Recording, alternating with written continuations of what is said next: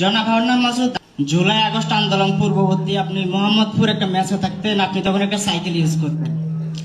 কিন্তু July August পরবর্তী সময়ে আপনি বলতেছেন বিভিন্ন জনের সাপোর্ট নিয়ে আপনি চলেন, কিন্তু ওই সাপোর্ট নিয়ে আপনি বাংলাদেশের সবচেয়ে বিআইপি এলাকা গুলশানে থাকতেছেন এবং একটা মাইক্রো ব্যবহার করতেছেন।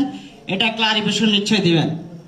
জনাব হান্নান মাসুদ, আপনি বলতেছেন যে লঞ্চে আপনি কেবিন পান না, কিন্তু আমি কেবিনের জন্য গিয়ে দেখেছি লঞ্চে আপনার নামে 6-7টা করে কেবিন বুকিং।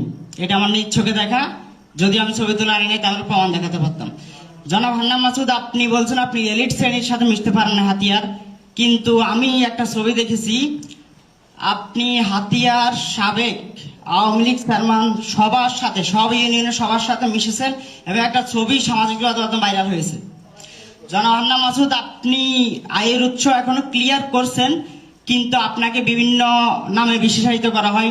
কেউ মংলা মাসুদ বলে, কেউ বন্দর মাসুদ বলে। আমি এখানে প্রশ্ন করার জন্য দাঁড়িয়েছি, আমি আপনার প্রশ্নটা করবো না, আপনি আশা করি ওই মেনে নেবেন। এবং সর্বশেষ, হাতিয়ার অন্যান্য প্রার্থীদের মধ্যে আপনি কিভাবে যোগ্য, আমি আপনাকে কেন ভোট দিব, 2 লাইনে সংক্ষেপে বলবেন। ধন্যবাদ। আর আমাকে ভাই কোশ্চেন করেন আমার আয়ের উৎস নিয়ে, আমি কোথায় থাকি সেই বিষয়টাও এখানে এসেছে। আপনার জানার কথা যে হচ্ছে বাংলাদেশের মধ্যে আমি জাতীয় নাগরিক পার্টি এনসিপির প্রথম 10 জন এবং স্থায়ী কমিটির একজন মেম্বার।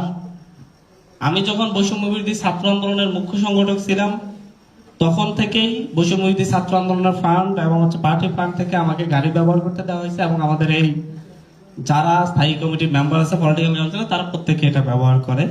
এই ক্ষেত্রে পার্টি ফান্ড টানে।